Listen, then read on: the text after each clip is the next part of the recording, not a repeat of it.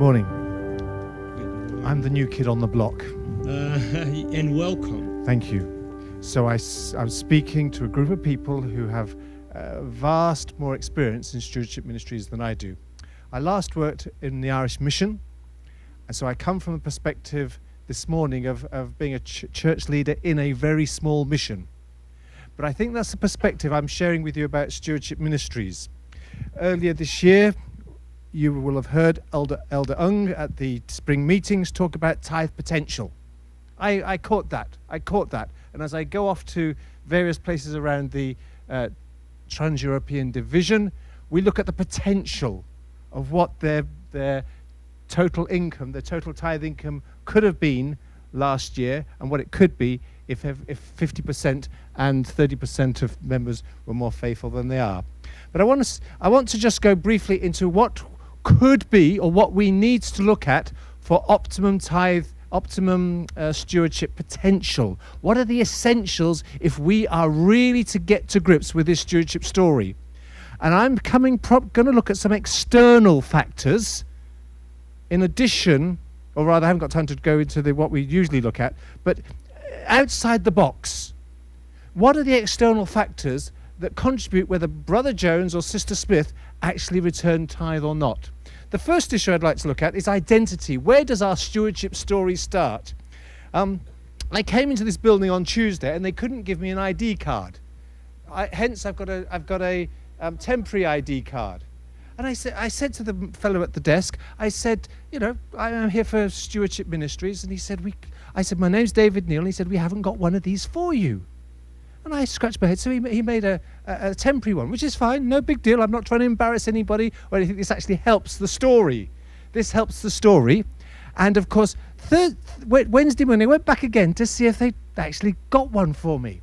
And of course, at the back of the reception area, there was one left.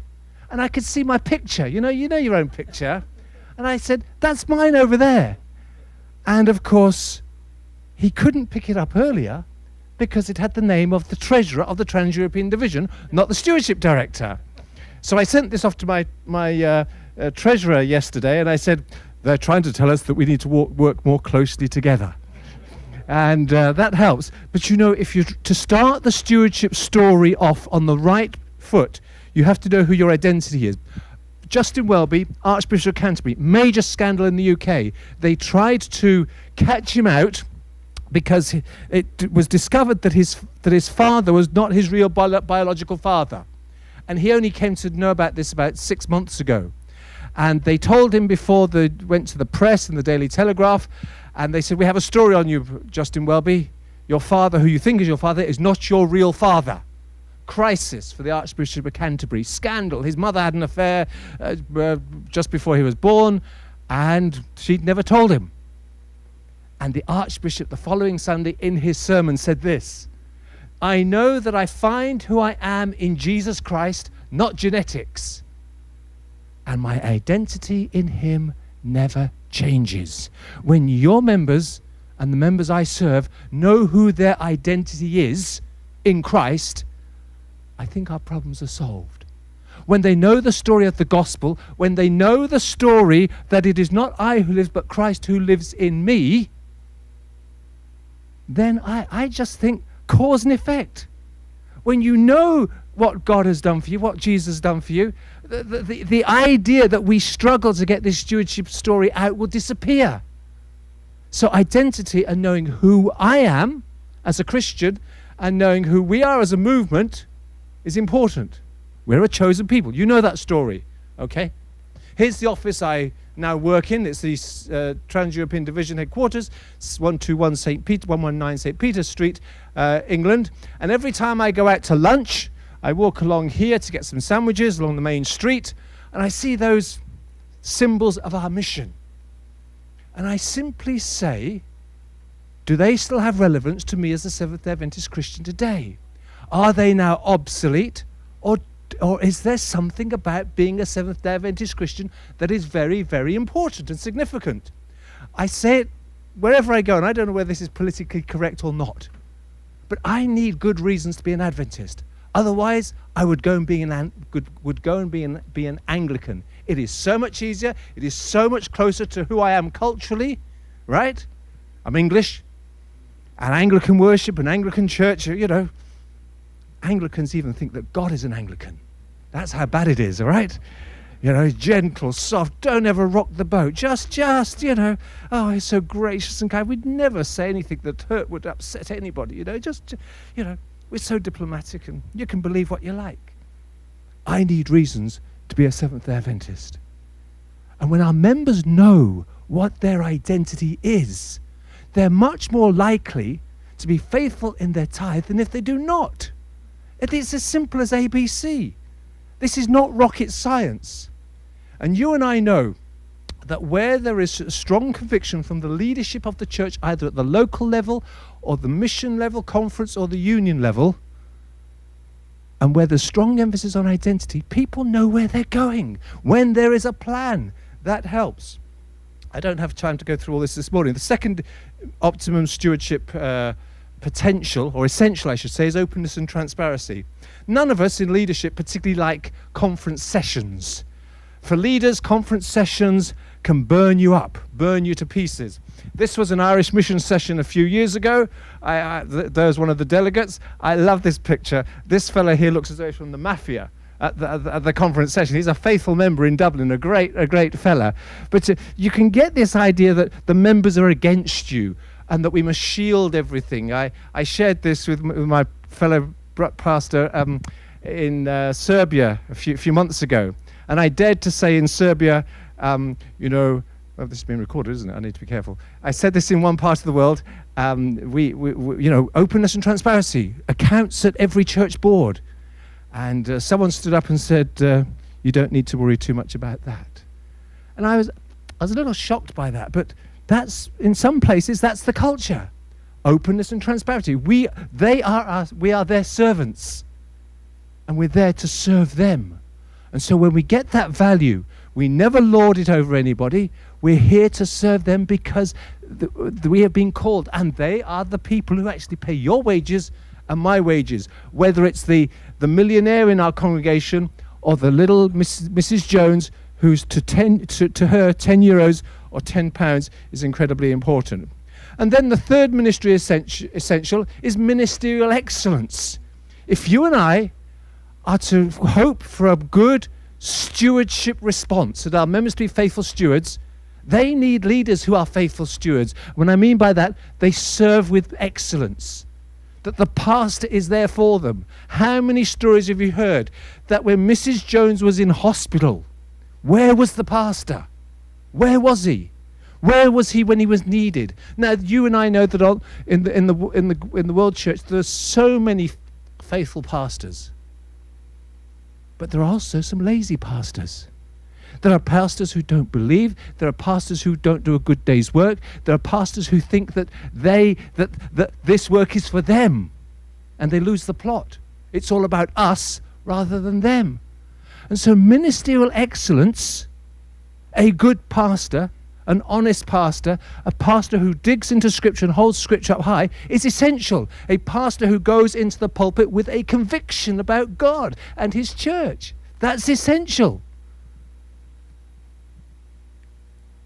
We only rise above the level of mediocrity when there is something at stake. These things are worth more than money can afford. I only hope that our members know the answers.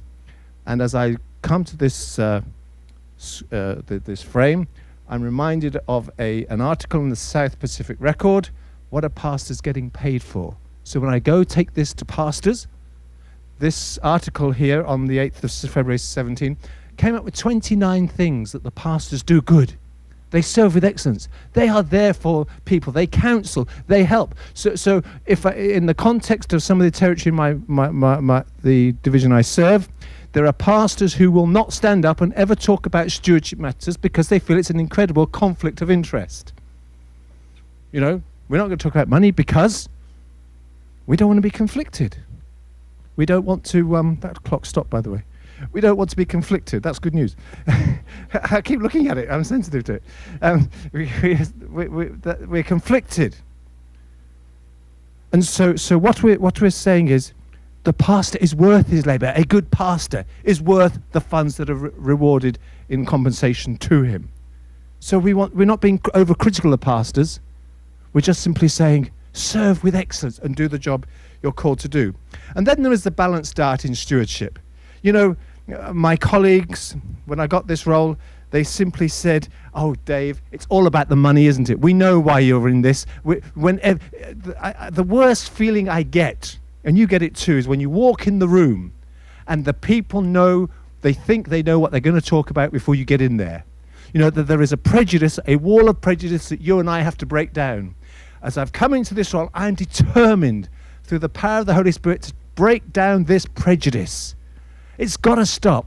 I don't want it to be all about the money in that sense, because I'm not there about the money. There is a balanced stewardship story about our life and health, about planet Earth, God's creation, about the talents that we have. TMI, this TMI story, it's not rocket science, because if you and I are called as a local pastor to get TMI sorted, just teach spiritual gifts.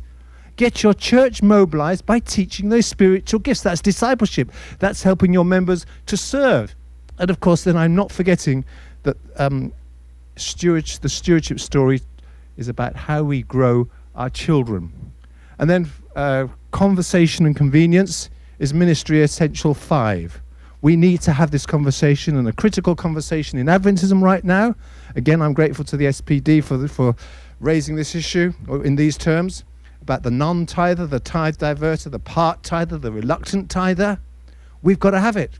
I need to come close to the end by telling you a testimony. I have a soul-winning success story. My best friend, lifelong friend, on the social justice side of the church, if I can use that expression, loves ADRA. He told me, I send my tithe to ADRA. I said, you can't do that. We're in a cafe in London one evening. I said, you can't do that. You know your pastor. You know what your pastor does for you. Yeah, sure, but your ADRA is just so good. It's wonderful. I can give them £100,000 and it goes straight there next week. I said, you can't do that. And I'm not just saying it because it's my new role. You can't do that. You know your pastor in the city in England where you work. He supports your wife. He supports your kids. He supports your family. He preaches good sermons. He's there as a counsellor. He's the board chair. If everybody gave to ADRA, what would happen? Anyway, that was before Christmas. After Christmas, he says, I want you to know, Dave, I'm now returning tithe into the fold. What are we doing in Trans-European Division? Last illustration, collaboration with Children's Ministries, Claire Sanchez. We are working together on taking some old Bible felt pictures and putting them on a digital platform. We're creating one of those, what's the right word? Scribed animation. Forgive me, the only time I've seen one in church life is for a women's ordination. You know, they did one. But it's really, really effective, where you scribble the story. And so we're taking the story of Elijah, or is it Elisha? You tell me. And the hammerhead that floated. And we're taking that story, and we're going to put it on a digital animation platform together, working on it together, and we're going to produce that very, very shortly. So once we've talked about the issues, we want to talk about ministry, we want to talk about full tithers and double tithers, as you talked about yesterday, and the blessings of that. This is just a group of people in Dublin where I last served. This lady is 80 years old, but she's the tithe treasurer. And I see her with a wad of envelopes, 120, 130 envelopes in her church. She walks around, thank you for returning your tithe last week. And she's been doing it for many years. And many of these people you see in the picture, except for myself and Gavin Anthony, they became Adventists in the 1950s through severe prejudice. This gentleman here was already an Adventist. His wife, she's not pictured, his wife told her parents she was marrying him. And on the day of her wedding, she invited her parents to come to the wedding. The parents said, no, you're not marrying an Adventist. And she went off and married her husband without her parents' consent. Dublin in the 1950s. Just recently in Dublin, the last 3 years, we have held a citywide evangelistic series. Traditional by most standards. Mark Finley, Mark and Tini came to help. But Dublin had to have that. Dublin had never had it. Dublin was off the map. Why do I tell you this? Because when your church is looking outward, when there is evangelistic activity, the natural result is that trust and confidence goes up in the members, in the mission and the message of the church. And it affects directly how and when they return tithe. Their confidence in their church soars. Yeah, our church is fulfilling its mission. Now, whatever form of evangelism is good where you are, so be it. But in Dublin, in that context, at that time, it was serving its purpose. If you want a copy of the report, this is a Mission to the Cities report from Dublin, and probably one of the most comprehensive Mission to the City reports there's ever been. We tell what worked and what didn't work very, very clearly. And again, all part of the openness and transparency story. We spent 250,000 sterling. You've got to tell the story of what happened and why and what you did with that money. Openness and transparency. So the members in Dublin today have trust and confidence in the church that it's going somewhere and God is using it. Final slide. Just some tithe envelopes that we use for children over in the British Union and TED. We didn't create these. They're done by a supporting ministry, but they're for children, bright and cheerful. Starting at an early age. We are committed. We know we've got to start the story with the young ones. And so I've got a box of, 500, and I go on the road with them and take them with the kids and use them. It's just cheerful. The alarm has gone. I've got to go. But thank you for your time, and it's a great chance to be with you.